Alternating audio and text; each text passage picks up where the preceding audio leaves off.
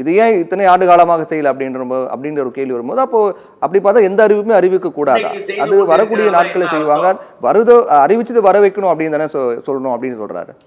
Correct sir. உலக நாடுகளில் அதாவது நிதிநிலை அறிக்கை, அதே மாதிரி வேளாண் நிதிநிலை அறிக்கை, அதே மாதிரி ஜெண்டர் பட்ஜெட், அது மாதிரி குறிப்பிட்ட எந்த வயதினருக்கு இது போய் சேர்கிறதா இல்லையான்றதெல்லாம் பல நிதிநிலை அறிக்கைகள் பல நாடுகள் இருக்குது. ஆனால் நாம் இன்னைக்கு தான் வேளாண் நிதிநிலை அறிக்கை கொண்டு வந்திருக்கிறோம், அது நடைமுறையிலும் படுத்திட்டு இருக்கோம். ஆனால் அது உண்மையிலேயே மக்களுக்கு துயர் துடிப்பதாக இருக்கணும்ன்றதுக்காகத்தான் சொல்றோம். கேட்டுக்கொண்டால் கேட்டுக்கொள்ளுங்கள், இல்லை என்றால் வழக்கம் போல் விவசாயிகள் கண்ணீரும் கம்பளைமாக அப்படிதான் நாங்க பாக்குறோம். இதை எங்கள் கருத்தா சொல்றோம். அது ஒண்ணு. இன்னொரு விஷயம்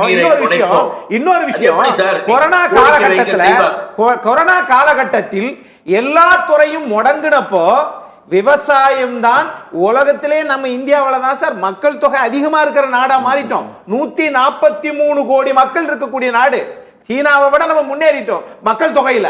ஆனா அந்த காலகட்டத்தில் கூட இந்த விவசாயிகள் தான் அது லோன் வாங்கினா கட்ட முடியல, காலநிலை மாற்றம், தண்ணி சரியா வர மாட்டேங்குது, நைட்டு தண்ணி இது பண்ணோம்னா காலையில இதாயிருது, இவ்வளவு பிரச்சனைகளுக்கு மத்தியில அவங்க உண்மையிலேயே இந்த கொரோனா காலகட்டத்தை நம்ம வாழ வச்ச ஜீவராசிகள் யாருன்னு கேட்டீங்கன்னா விவசாயிகள் தான்.